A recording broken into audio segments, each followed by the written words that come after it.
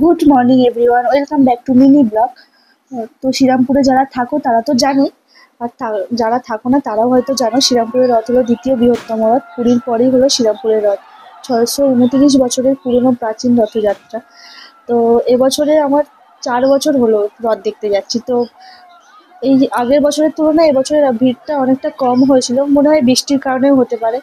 তো যাই হোক, যখনই রথের টানে ছবি তুলতে যাচ্ছি তো জানো তো এমন ঠেলা মারছে, ছবি আর তোলা হচ্ছিল না। অবশেষে ভিডিও একটু করতে পারলাম।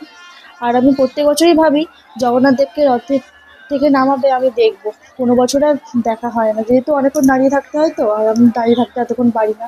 তো এবছরে কষ্ট করে অনেকক্ষণ দাঁড়িয়েছিলাম, অবশেষে দেখতে পারলাম যে কিভাবে জগন্নাথ দেবকে, বলরামকে, সুভদ্রাকে নামানো হলো।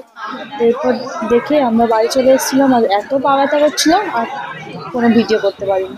এর পরের দিন আমরা রবিবার, যেহেতু মাসির বাড়ি জগন্নাথ দেব আসে, ওই জন্য আমরা প্রত্যেক বছরই পুজো দিই।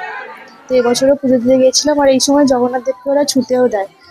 তো এবছর জগন্নাথ দেবকে মালা পরিয়ে জগন্নাথকে প্রণাম করে বাড়ি চলে এলাম। আর সন্ধেবেলায় রথের মেলায় দেখতে বেরিয়েছিলাম। দেখি দ্বাদশ গোপালের জন্য সব উৎসবের জন্য সেজে গুজে সব বেরিয়েছে। এরপর এদেরও একটু ছবি টবি তুলে বাড়ি চলে এলাম। এরপরে মিনি ব্লগ আসছে খুব তাড়াতাড়ি। তো আজকের মতো টাটা। আর হ্যাঁ, চ্যানেলটা প্লিজ সাবস্ক্রাইব করে দিও।